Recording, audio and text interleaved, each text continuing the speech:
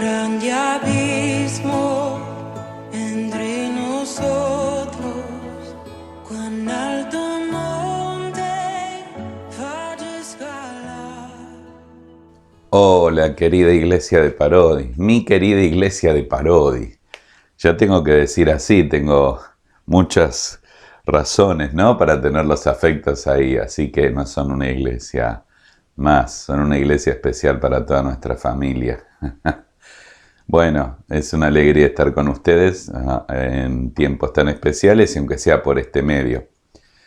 Y pensando en estos tiempos, quería compartir algo muy especial que me parece que es un poco lo que hemos estado viviendo a lo largo de los años y ahora más se nota y más nos damos cuenta que hemos llegado a un cruce de camino donde tenemos que tomar un desvío y saber qué camino vamos a tomar nosotros, ¿no?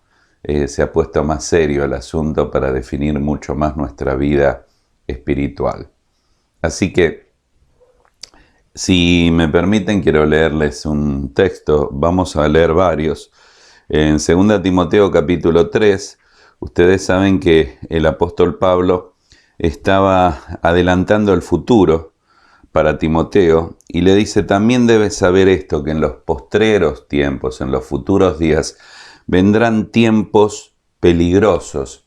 La palabra peligrosos habla de furiosos, tormentosos, se usaba para tormentas muy fuertes. Él está diciendo, miren, se acercan tiempos muy difíciles.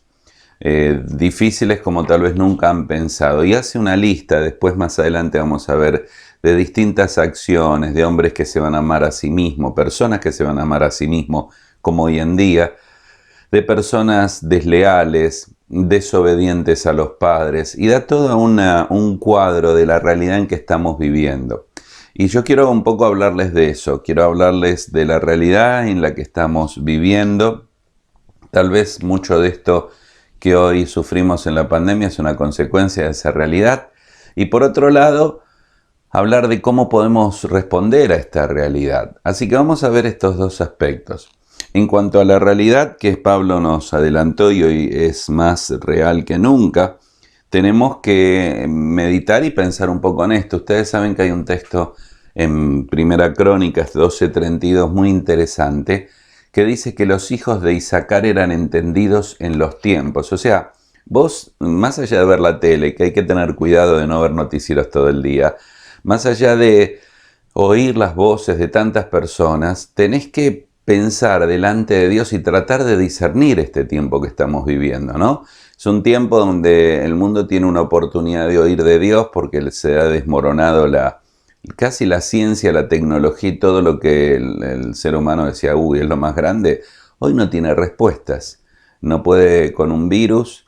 Hoy la muerte que siempre existía se hace más real que nunca y golpea la puerta de todos, del hombre más rico del mundo y del hombre más pobre, del que está en el primer mundo y en el último de los mundos. Entonces, esto nos ha igualado a todos. En realidad la muerte siempre iguala a todos, pero ahora son las personas o pueden ser más conscientes de esto y entonces tienen una oportunidad de conocer al Salvador. Tal vez estás viendo este mensaje y esto también es para vos, esta oportunidad de, en vez de observar gente que iba a la iglesia, tal vez en tu familia, o pensar, bueno, ellos creen, tal vez este es el tiempo para que pienses en tu relación con Dios, cómo estás delante de Dios y arreglar tus cuentas con Él. Pero en cuanto a los creyentes también hemos sido puestos en pausa, ¿no? En cuanto a un montón de actividades. La iglesia no está detenida, la iglesia está más viva que nunca y esta es la prueba que a través de aún de medios electrónicos miles siguen oyendo como nunca antes el mensaje de Dios. Pero como creyentes deberíamos hacer una pausa y reflexionar en algunas cosas. Ahora déjenme llevarle por esta primera idea para ampliarla bíblicamente, esta realidad tremenda, para ser como los hijos de Isaacar, entendidos en los tiempos, para entender estos tiempos peligrosos. Yo quisiera comenzar por el Salmo 11, un salmo muy interesante, porque es un salmo que nos lleva a considerar un tiempo muy especial. Observen lo que dice el Salmo 11. Si buscas tu Biblia o en tu celular o donde la tengas, dice el verso 3, si fueren destruidos los fundamentos, ¿qué ha de hacer el justo? Ahora es muy interesante todo este Salmo 11, porque es un salmo sumamente especial. Ustedes saben que David estaba, puede ser huyendo de la persecución de Saúl, o tal vez de la rebelión de Absalón, pero estaba huyendo. Entonces se plantea por qué huir. Si ustedes observan, es un salmo pequeño, pero habla que la fe no tiene temor. Por eso comienza en el verso 1, dice, en Jehová he confiado mi alma. ¿Cómo dicen a mi alma que escape al monte cual ave? Luego en el verso 4 al 6 dice que la fe tiene un firme fundamento, porque Jehová está en su santo templo. Jehová tiene en el cielo su trono. En este mundo de caos, Dios sigue gobernando, Dios está en su trono, Dios no abdicó, sigue siendo rey para siempre. No importa la muerte, la enfermedad o lo que vos observes, Dios, no hay pánico en el cielo, Él está allí. Y luego sigue hablando y termina hablando de que la fe recibirá su recompensa, porque Jehová es justo, ama la justicia, y el hombre recto mirará su rostro. Pero vuelvo al verso 3, donde él dice, ¿por qué huir y qué ha de hacer el justo si fueran destruidos los fundamentos? Porque en realidad los fundamentos de Dios no pueden ser destruidos, ¿está bien?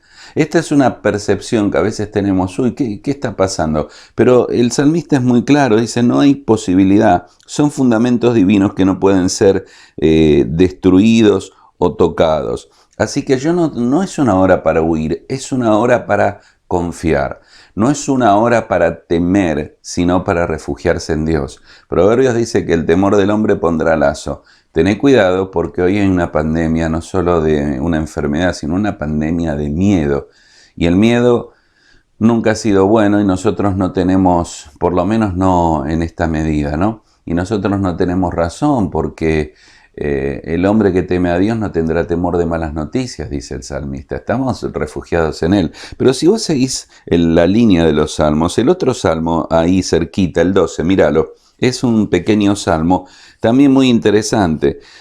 Porque dice, salva, oh Jehová, porque se acabaron los piadosos, porque han desaparecido los fieles entre los hijos de los hombres. Otra vez parece que hay una cuestión muy, muy notable, ¿no? Es como que la maldad del ser humano le está desbordando a David y se pregunta si se acabaron los justos sobre la tierra. Este es medio el síndrome de Elías. ¿Te acordás que huyó? Señor, quítame la vida. No hay gente. No hay creyentes, no hay iglesia, no hay fe. Estoy yo solito. No es así. Como Dios le dijo que no era así a Elías, te lo dice a vos.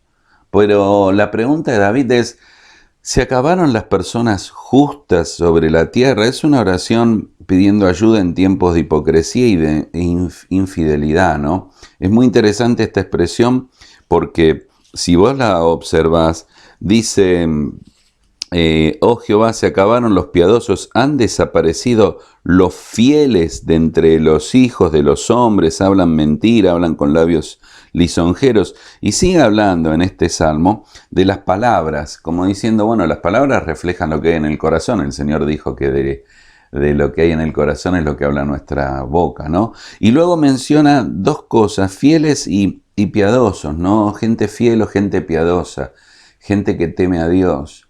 La pregunta es si vos sos una persona fiel y una persona piadosa, fiel para orar, fiel para leer la palabra, fiel para dar.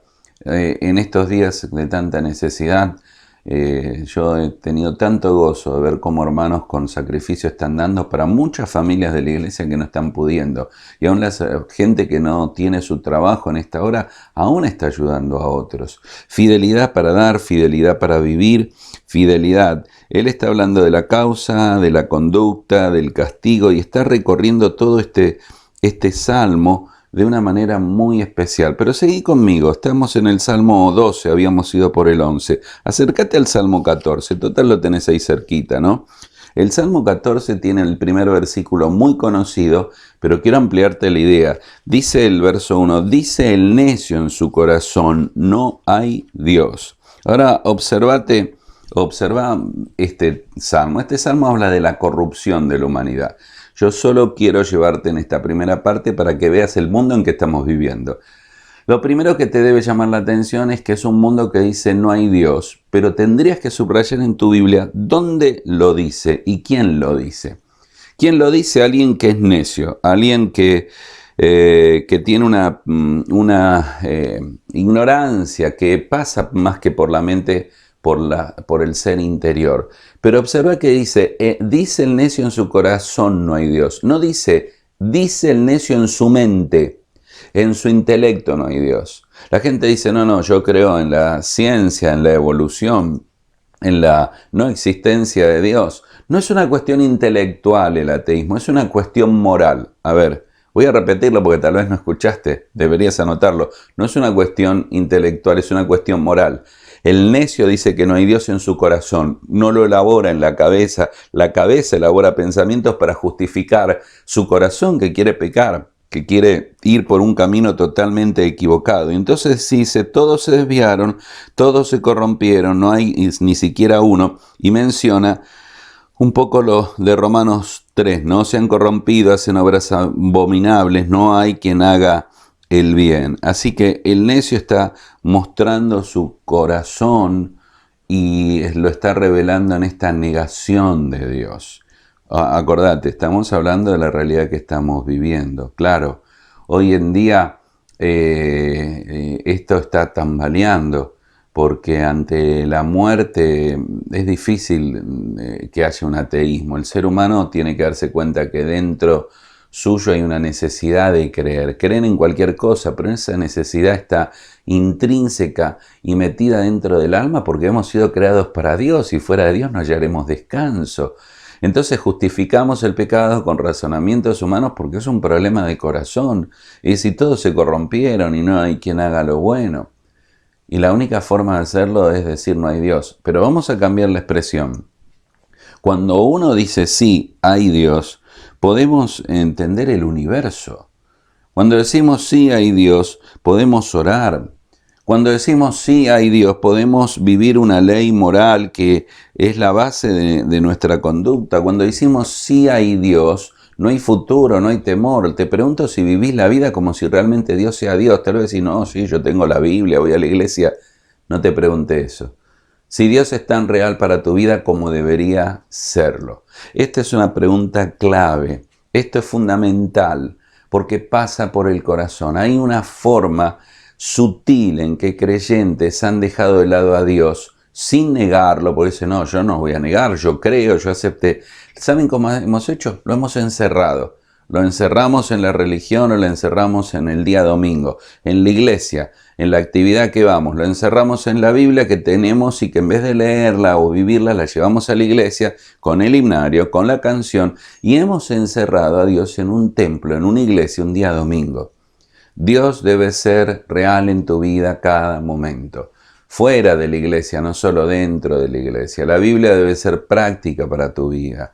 Hemos hecho una desgraciada división entre lo sagrado y lo secular, cuando es solo uno. No hay una vida secular y una vida espiritual. Espiritual debe ser en el trabajo, en el estudio, en lo que veo en la televisión, en lo que hago con mi vida. Y este es la realidad que estamos viviendo. Pero déjame seguir por un momento, ¿no? En el Salmo 14 dice el verso 5, ellos temblaron de espanto porque Dios está con la generación de los justos. Este es un gran texto porque Liliana, mi esposa, ha puesto textos natales a cada uno de nuestros hijos con la primera letra, ¿no? Teban, Elías, Anasol, con cada una de las primeras letras. Y este es uno de los textos natales para uno de nuestros hijos. Ellos temblarán de espanto, no porque sean traviesos, ¿no? Sino, bueno, sí lo eran, sino porque Dios está con la generación de los justos, porque esa es la generación que cree en Dios y que vive. Y es el principio que mueve toda la vida y que ordena todos los días, el principio de que hay Dios, que hay Dios. Tal vez este salmo te parece muy guiado hacia, bueno, el ateo que niega. Tal vez tu cristianismo es una negación de Dios, ¿oíste? Tal vez tu cristianismo es una negación de Dios, es un cristianismo más religioso que real, más de cumplir que de relacionarte con Dios. Pero luego quiero que veas el Salmo 15, seguimos, total, arrancamos con el 12, el 11, el 12, el 14, y el 15 dice, Jehová, ¿quién habitará en tu tabernáculo? ¿Quién morará en tu monte santo? El que anda en integridad, el que hace justicia, el que habla verdad en su corazón. El Salmo 15 es un salmo muy lindo, es un salmo que dice, a ver, ¿quién es digno de estar con Dios? ¿Quién es digno de tener esa relación con Dios? Y habla del carácter de la persona. El salmo es la contestación a esa pregunta, ¿quién habitará en tu tabernáculo? ¿No? David debía llevar el arca al monte de Sión, tal vez tendrías que leer el Salmo 24. Y él responde esa pregunta con 4 versículos, ¿no? Habla de los pies, porque tiene que ver cómo uno anda en la vida, ¿no? Después fíjate que habla de las manos, habla de su obrar, habla también mucho de los labios, de cómo hablar la verdad, y habla por último del corazón, un corazón íntegro. Por eso dice, el que anda en integridad, el que habla verdad, el que no calumnia con su lengua, el que no hace mal a su prójimo, aun jurando en daño suyo, no por eso cambia. Él perderá dinero, pero no cambia. Perderá cosas, pero no va a perder su dignidad, su integridad, que es lo más importante para su vida. Qué notable, ¿no? Los pies, las manos, los labios, el corazón. ¿Sos íntegro? ¿Tus palabras son verdaderas? ¿Sos una persona que habla y muestra la verdad de Dios? La calumnia, el no criticar, la honra, y especialmente me impacta que no cambia. Él es lo que es en una iglesia, en una familia o en el trabajo o cuando nadie lo ve delante de la computadora. Es la persona que anda en integridad y que aún en detrimento suyo no por eso cambia. Ahora quiero todavía seguir ampliando el cuadro, si no, no vamos a poder ver cómo podemos salir adelante. Y cuando amplío el cuadro yo pienso en Isaías capítulo 5, ¿no? El verso 20, en Isaías 5:20 dice, hay que a lo bueno dicen malo y a lo malo dicen bueno. Ahora vos fíjate, en Isaías hay una acusación para Israel, dividida en 6 ayes. ¡Ay, ay, ay! Es un ay de lamento del profeta, ¿no? Y en medio de esos 6 pecados que él menciona, la codicia, la borrachera, el descuido, el engaño, el orgullo, la injusticia, el verso 20 habla de ese descuido. A lo bueno dicen malo y a lo malo dicen bueno. Es una cuestión de estándares morales que fueron destruidos por nuestras definiciones de pecado. Amós 5:7, a ver, te lo leo. Tendrías que buscarlo rápido, ¿viste? Y encontrarlo y subrayarlo. Pero dice, los que convertís en ajenjo el juicio y la justicia la echan por tierra. Convierten lo que es bueno en malo. Amós dice, son personas que bajan los estándares y los transforman y los trastocan. Y hay una frase pequeña pero muy linda que quiero que la reflexiones. Son personas que a veces usan el vocabulario de Dios, pero no su diccionario. O sea, el vocabulario de Dios es pecado, pero en el diccionario de Dios pecado es orgullo, es egoísmo, es envidia. Le da un nombre a cada pecado, ¿viste? Para definir al pecado. Estas personas usan el vocabulario de Dios, pero no sus definiciones. Bueno, esto es sí, esto es pecado, pero esto no, esto es aceptable. Y van cambiando, van trastocando. A lo bueno terminan diciéndole malo. Y a lo malo terminan diciéndole bueno. Y lamentablemente el problema grande es que estas personas no solo se extravían ellos, extravían con sus valores pervertidos a otras personas. Adulterio, idolatría, materialismo. Romanos capítulo 1 para completar un poquito este trágico cuadro.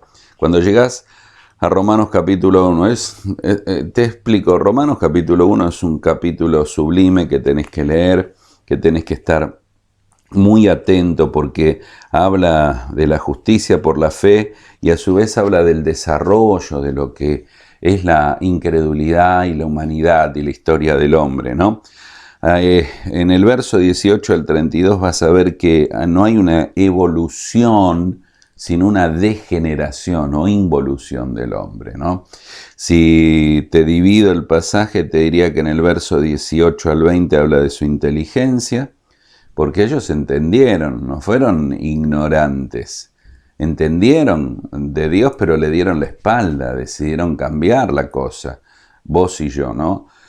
El verso 21 al 23 habla de la indiferencia. O sea, ellos entendieron, pero se dieron cuenta aún por las cosas creadas, la revelación natural, pero no quieren reconocerlo ni honrarlo.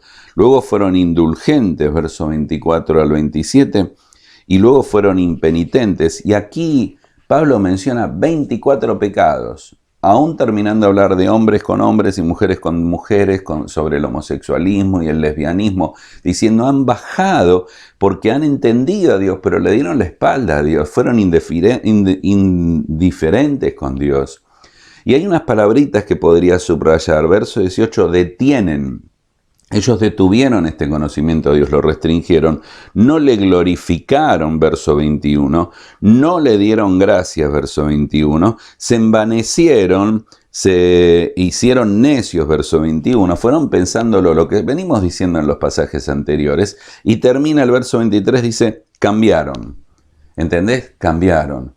Esto es el producto de esta humanidad caída. Ahora, yo quiero sacarte otra vez de la idea de que solo veas al mundo. Tal vez como creyente has ido por este camino de razonamientos y aún conociendo a Dios o aún conociendo a Cristo como Salvador, no le has glorificado y dado gracias. Y entonces en tu necio razonamiento y en el mío hemos ido cambiando los valores. ¿Por qué de esto estamos hablando? Los verdaderos valores que han sido trastocados en la vida y la realidad que vivimos, ¿no? Y entonces ese cambio ha sido para mal. Deberías pensarlo seriamente porque en el mismo Romanos capítulo 1 está el verso 17. Ese es un verso sublime. Ese es el verso que cambió a Martín Lutero y en un sentido nos afectó a todos nosotros. Martín Lutero quiso vivir la justicia y ser el hombre bueno y santo y nunca lo pudo. Y un día descubre Romanos 1:17 que el justo vivirá por la fe. ¿No es notable? La fe es la condición fundamental, el medio para llegar a la justicia, justificados pues por la fe. Está comparando toda la maldad del hombre, este desarrollo y estos 24 pecados con un hombre que vive por la fe. A propósito, en 2 Timoteo, cuando comenzamos a hablar, él menciona 18 características pecaminosas de esta generación. Son muchas. Y del otro lado está un hombre que por fe cree. Ahora, seguime con el verso 17. Si uno pierde la fe, no puede vivir por la justicia de Dios. O sea, si la fe está debilitada, minimizada, hombres de poca fe. ¿Por qué? Porque la fe viene por el oír de la palabra. O sea, falta Biblia. ¿Por qué se pierde la fe? Porque se pierde la palabra. Ahora, sigamos avanzando en el pensamiento, un poco más. ¿En qué se pierde la palabra? La Biblia se pierde en el legalismo, cuando quiero solo cumplir normas. La Biblia se pierde en la religiosidad, cuando quiero agradar a Dios desde un acto externo. La Biblia se pierde en la mundanalidad, cuando ahoga la semilla sembrada, porque demasiado mundo, la música que oís, las cosas que ves, las imágenes que se van metiendo en tu cabeza. La fe que viene por la Biblia se pierde por la pasividad también. Porque la Biblia, vuelvo a repetir, yo sé que soy reiterativo, no es para el domingo nada más, es para que la leas cada día, para que la ames, para que la subrayes, para que cuando dije amor recién lo encuentres y lo encuentres rápido, tengas una idea de qué trata Amós, o que sepas que Oseas existe en tu Biblia, o Joel. Esto es, la Biblia se pierde en la pasividad, y sin Biblia no hay fe. ¿Y qué más? Y la Biblia también se pierde en la indulgencia, en esa pereza, en esa cuestión de, bueno, a mí me asusta no solo el creyente pasivo, sino que no atiende, sino el indulgente, el que dice, bueno, yo estudié Filipenses y predico de Filipenses, parece que se olvidó que hay otras partes de la Biblia, o se conforma con cierto grado de conocimiento que le ha servido para presidir o para predicar, o para enseñar una clase de escuela dominical, y realmente todo eso te hace perder la palabra de Dios, y sin palabra no hay fe, y el justo vivirá por la fe. Y Pablo dice en Colosenses, de la manera que lo habéis recibido. ¿Por qué lo recibí? Por obras, no, por fe. Andad en él. Así que debo andar y vivir por fe. Ahora muy bien, llegamos a nuestra segunda y última parte. ¿Cómo cambian y cómo defendemos todos estos valores perdidos? ¿Cómo enfrentamos esta realidad que vivimos? ¿Qué pasos podemos dar prácticos para En medio de estos tiempos peligrosos y furiosos, en medio de esta necedad enorme, en medio de esta inmoralidad gigantesca que nos ha tomado y parece que va arrasando las vidas, ¿cómo podemos hacer? Bueno, te doy una pequeña lista que te puede ayudar. Primera cosa, afirma tus creencias bíblicas. No solo creencias, sino bíblicas. Dice Romanos 14:5, cada uno esté plenamente convencido, tenga convicción en su propia mente. Uno debe tener convicciones bíblicas. Uno debe tener y afirmarse en las verdades bíblicas. Creo que hay creyentes que viven por instinto. ¿Cómo? Esto debe ser malo, esto debe ser bueno. Tiene que tener valores bíblicos, tiene que tener convicciones bíblicas. Si sos un hijo de creyente, una hija de creyente, es hora que tengas tus propias convicciones. Le hemos dicho muchas veces a nuestros hijos, no te puedo poner una webcam para seguirte por el mundo. Yo te presté un rato la fe, tiene que ser personal ahora, no solo cuando aceptas a Cristo, sino en el desarrollo de la fe. No podés leer la Biblia porque tu papá o tu mamá te obliga. No podés ir a la iglesia siempre porque te suben al auto y te llevan. Llega un momento que tenés que desarrollar tus propias convicciones. Eso va a dar forma a tu vida. Luego lo que estudies, lo que trabajes es secundario. El punto fundamental es tener convicciones bíblicas propias, personales, auténticas. Por eso es importante también que los padres transmitamos a los hijos las razones de nuestra fe.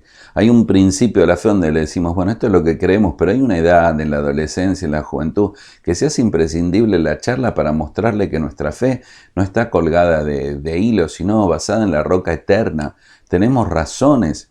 La fe no es el suicidio de la razón. Y eso es armar convicciones en la vida de los hijos. Y no armar solamente el tema de una cuestión de religiosidad, sino de la relación con Dios. Lograr establecer y plantar en ellos las verdades que sean como semillas, como es la palabra, que va a dar su fruto en su tiempo. Por eso es muy importante que afirmes tus convicciones bíblicas. Tal vez sos jefe de hogar, un papá, un esposo. Deberías pensar que tu esposo y todos tus hijos, todo tu mundo alrededor, depende de que seas un hombre de convicciones bíblicas. Un hombre de firme, de sostén. Después si predicás, si tenés la capacidad de enseñar desde el púlpito, o tocar la guitarra, o servir en la iglesia en otra área, eso es secundario. El sostén de la vida no es lo que haces, sino lo que sos. Y el carácter y lo que somos se sostiene en lo que creemos. Y lo que creemos tiene que ver con estas convicciones. En segundo lugar, tenés no solo que afirmar tus creencias, sino afrontar los ataques. En 1 Pedro 3:15 dice que debemos tener el hábito santo de dar respuesta a los que piden razón de nuestra fe. ¿Te acordás? Hay que hacerlo con una actitud mansa, ¿no? Dice 1 Pedro 3:15, y estad siempre preparados cuando santifico al Señor en mi corazón para presentar defensa con mansedumbre y reverencia ante todo el que demande razón de la esperanza que hay en vosotros. Esta es la idea de no huir. Yo oro, yo leo la palabra, yo enfrento el ataque del enemigo que viene por un amigo de mi hijo, viene por un programa de televisión, viene por un concepto dando vuelta de un creyente que dijo algo equivocado. Yo debo enfrentar esos ataques, no debo ser pasivo. Cuando veo a mis hijos, a mi esposa o a mi esposa, tengo que preguntarme qué estoy haciendo por ellos. ¿Cómo puedo exponerlos a ellos a la verdad? ¿Cómo puedo llevarles hacia la verdad? Porque el mundo está tomando partida. Este es un buen tiempo porque el mundo no tiene respuestas. Y este es el tiempo para más que nunca levantar la verdad de Dios. Única, absoluta. No hay dos verdades, hay solo una. Y está en Jesucristo. Él es el camino y Él es la verdad, no una. Él es la vida. Así que, en segundo lugar, afronta los ataques. En tercer lugar, son solo 4 cosas. Afirma tus creencias. Afronta los ataques que vengan de toda esta filosofía de este mundo. En tercer lugar, afirma tu hogar. A ver, ¿qué estoy diciendo? Estoy diciendo que cuando Pablo en 2 Timoteo capítulo 3 habla, vendrán tiempos peligrosos y pone todas estas 18 características que te mencioné de este mundo perverso impío. Y Pablo le dice esto a Timoteo, y Timoteo puede decir, uy, ¿ahora qué hago? No, no, pará, vos has seguido mi testimonio, y le habla de seguir lo que Pablo le enseñó, y luego dice, y lo que aprendiste en tu hogar, ustedes lo conocen el texto, con tu abuela y tu mamá, Loida y Eunice, desde la niñez, eso debes vivir. Las sagradas escrituras que te pueden hacer salvo, y que te van a ayudar y te van a enseñar, redarguir, corregir, instruir en justicia, para que estés totalmente preparado, para que tengas una vida, la idea de perfecto es completa para enfrentar la vida. O sea, a ver, volvé para atrás, 2 Timoteo 3, la primera parte habla del mundo oscuro que vivimos, y la respuesta está en los fundamentos que le damos en el hogar. En un hogar que está fundamentado en la palabra. Timoteo, ¿sabes cuál es la respuesta a todo este mundo? Lo que tu mamá y tu abuela te enseñaron en el hogar. Aun si el papá fuese o no creyente, el papá griego de Timoteo, aún así lo santo y lo piadoso del hogar es lo que te va a sostener. Por eso es importante que armemos un hogar. El hogar nuestro hogar cristiano, debe ser un santuario, debe ser un refugio, debe ser una escuela, debe ser algo más, que me encanta decirlo, un hospital. Porque nuestros hijos, como nosotros, llegamos del trabajo de la escuela cansados y heridos, lastimados. Necesitamos ser sanados en las emociones, en las cuestiones sentimentales, en las burlas, en los problemas, en las miserias. El hogar debe ser ese santuario, ese hospital, esa escuela. Debe ser un lugar de refugio. Proverbios 14:1. La mujer sabia edifica su casa. Hogares santos y piadosos se construyen día a día, año a año. No alcanza con ser creyente, no alcanza con ir a la iglesia. Es una construcción que el hogar se hace. Cuando dice la mujer edifica, está diciendo, viste que uno siempre está haciendo algo en la casa. Siempre está poniendo un ladrillo, siempre está pintando. Y cuando tenés la casa arreglada, al tiempo se va a volver a tener que pintar. Y la casa, como el hogar, se edifica. Es día a día, es una construcción. Deuteronomio capítulo 6, cuando habla de que el pueblo de Israel debía transmitirle el Shema quiere decir escucha, ¿no? Dios, que Jehová es uno, le dice, ¿sabes cómo lo vas a hacer? No con una superconferencia, lo vas a hacer en la casa, lo vas a hacer en la vida diaria, y dice, lo vas a hacer estando en tu casa, y lo vas a hacer andando en el camino, y lo vas a hacer al acostarte y al levantarte. En el entorno del hogar, en los postes y en las puertas, vas a construir un ambiente y crear un hogar donde ese hogar va a declarar a Jesucristo en todas las áreas de la vida. A veces hablo, las casas son como los olores, porque las casas tienen olores, ¿no? Tal vez algunos nos criamos con la mamá que de chica te ponía la mano y te dejaba lavandina, ¿no? Porque siempre estaba con la lavandina.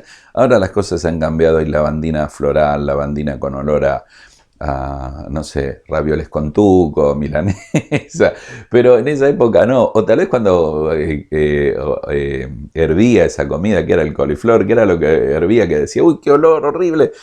Los hogares tienen olores. Nosotros debemos ser olor de Cristo. ¿Qué olor tiene tu casa, tu familia? No te hablo de la humedad, vos me entendés, no te estoy hablando de la vida espiritual, del ambiente donde debe ser mantenido los valores y donde debe ser ese hospital, ese refugio, ese castillo, esa escuela. Algunas ideas. El hogar es la música que oís. Qué bueno, ¿no? Hoy hay mucha música cristiana, lo que ves en la televisión, los programas que no se ven y los que se ven. Yo creo que hay muchas series y películas buenas que todavía se pueden ver, así como hay un mar de cosas que no hay que ver. El ambiente de paz, el morir a los gritos. ¿Quién es el gritón de tu casa? Yo soy el que levanta la voz en mi casa. ¿Estás dispuesto a aceptar quién es? Tal vez estás en tu casa. Ahora, ¿por qué en silencio todos dirigen la mirada a ese que grita? O a esa que grita. La mamá que dice, vení para acá, está la comida, ya. Un hogar de paz. Quítense de vosotros, Efesios, gritería, ira, maledicencia. Comer juntos como familia, charlar, hablar, jugar, salir como familia, compartir el tiempo juntos, tomarse tiempo para dejar la tecnología de lado, que nosotros luchamos mucho con eso. Es un problema en nuestro hogar. A veces uno dice, bueno, es trabajo, sí, es escuela, son reuniones, no es nada malo, pero aún así el tema de la interrelación es llenar la vida de los hijos con recuerdos hermosos, porque se van a ir y que el hogar sea un recuerdo hermoso. Es no vivir para el trabajo. Una cosa buena de que vivas en Argentina es que siempre las cosas van a ser caras, siempre va a haber inflación, el dólar no va a bajar y el dinero nunca te va a alcanzar. Te estoy animando, ¿no? Para que te vayas, no. Así que no vivas para el dinero. Yo sé que son tiempos difíciles, que hoy no hay ni para comer. Nosotros ayudamos a muchas familias en este tiempo por eso. Pero vos me entendés, a veces la economía nos quita y nos desvela el sueño y nos hace perder los tiempos lindos con la familia. Tal vez podés colocar una pizarra en tu casa, en algún lugar donde cada uno puede escribir un texto, donde uno puede escribir una frase. Tal vez pueden allí colocar algún cartelito, textos en distintos lugares de la casa, en la heladera, entre ¿viste? La mozzarella loca, la pizzería y las empanadas de Tito, un texto, pone cuchillo a tu garganta, cosa que no habrá en la puerta del refrigerador, ¿no? Pero llenar la casa de ese olor a Cristo, de frases, de conceptos, de cantar juntos, de orar mucho, de hacer un castillo de refugio, de seguridad, un lugar fuerte de consolación, un lugar de alegría. Por último, se me acaba el tiempo. La idea sería que no solo puedas afirmar tus creencias, afrontar los ataques y armar un hogar, sino también acercarte a la iglesia. Protégete con la iglesia. ¿Sabés qué es la iglesia hoy en día? Los cuadraditos que ves alrededor de Zoom. Esa es la iglesia. Acércate a la iglesia. Busca refugio en la iglesia. Compartí con los hermanos. No hay iglesias perfectas. Porque no hay personas perfectas, no hay creyentes perfectos, no hay ancianos, ni pastores, ni líderes perfectos. Al contrario, somos pecadores redimidos que juntos tratamos de remarla y lograr realmente juntos adorar al Señor, que es nuestra meta, y unos a otros ir ayudándonos en el crecimiento de la fe. Los pájaros vuelan, recordás, no podés evitar que vuelen. No dejes que hagan nido en tu cabeza y en tu corazón. Vivimos en un mundo difícil, no permitas que ese mundo se anide y se guarde en tu corazón y arruine tu vida. Te invito a orar en este momento donde estés. Si no conoces a Jesucristo, es hora de aceptarlo, creer en Él, confiar en Él. Esta pandemia te recordó que vas a morir. Y ante la muerte hay que estar preparado. Y la única preparación es creyendo en Jesucristo como Salvador personal. Y si eres creyente, te invito a que afirmes tus creencias, que afrontes los ataques, que armes un lindo hogar y aún pienses cuando te cases armar ese hermoso hogar y que te acerques a la iglesia más que nunca. Oramos. Querido Señor, gracias en esta mañana por tu palabra gloriosa, maravillosa. Ayúdanos a vivirla, a entenderla, a darnos cuenta de la realidad que vivimos y a ser luz en la oscuridad. Y aferrarnos a tus verdades, a tu Señor, a tus promesas, aferrarnos a ti, afirmarnos en los fundamentos eternos. Oramos por la salvación de algunos que necesitan a Cristo hoy y por muchos creyentes que han sido perezosos y pasivos, que es hora de volver a ti, Señor. Esta pandemia sería una gran oportunidad. Y por otros que aprendamos a vivir cada día más cerca tuyo, con convicciones firmes, en medio de estos ataques. Ayúdanos a armar lindos y preciosos hogares y estar más cerca de la iglesia que nunca. Lo pedimos en el nombre del Señor y Salvador Jesucristo. Amén. Que el Señor te bendiga.